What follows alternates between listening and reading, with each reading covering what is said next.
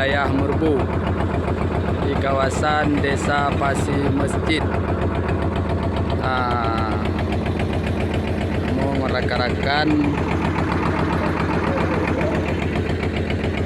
demo keliling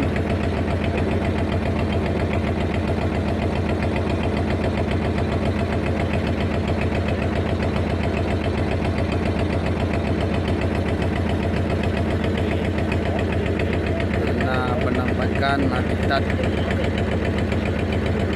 buaya di dalam Merbau di kawasan Pasi Masjid. Masjid Lehan. Bukan lah. Bukan betul je jangan apa.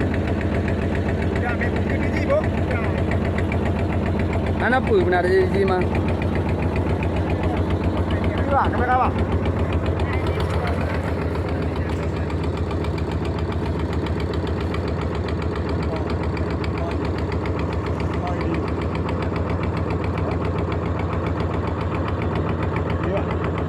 Tak ada ya?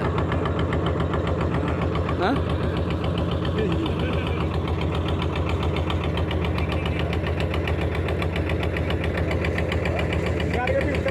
Tak ada orderan pertanyaan.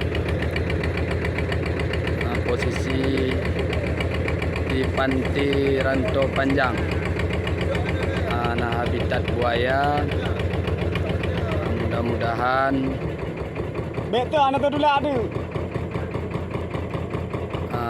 kamu ingin tanggapan dari pemerintah daerah supaya warga Desa Pasi Masjid dan Lehan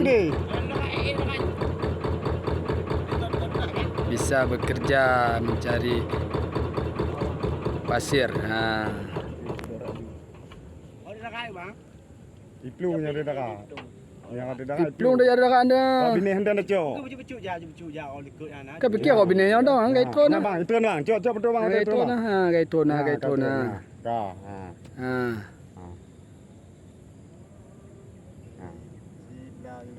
Pati. Kamu boleh ajak.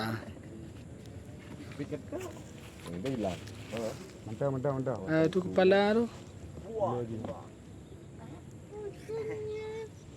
Kayu dah awaknya tenang-tenang mah. Hah?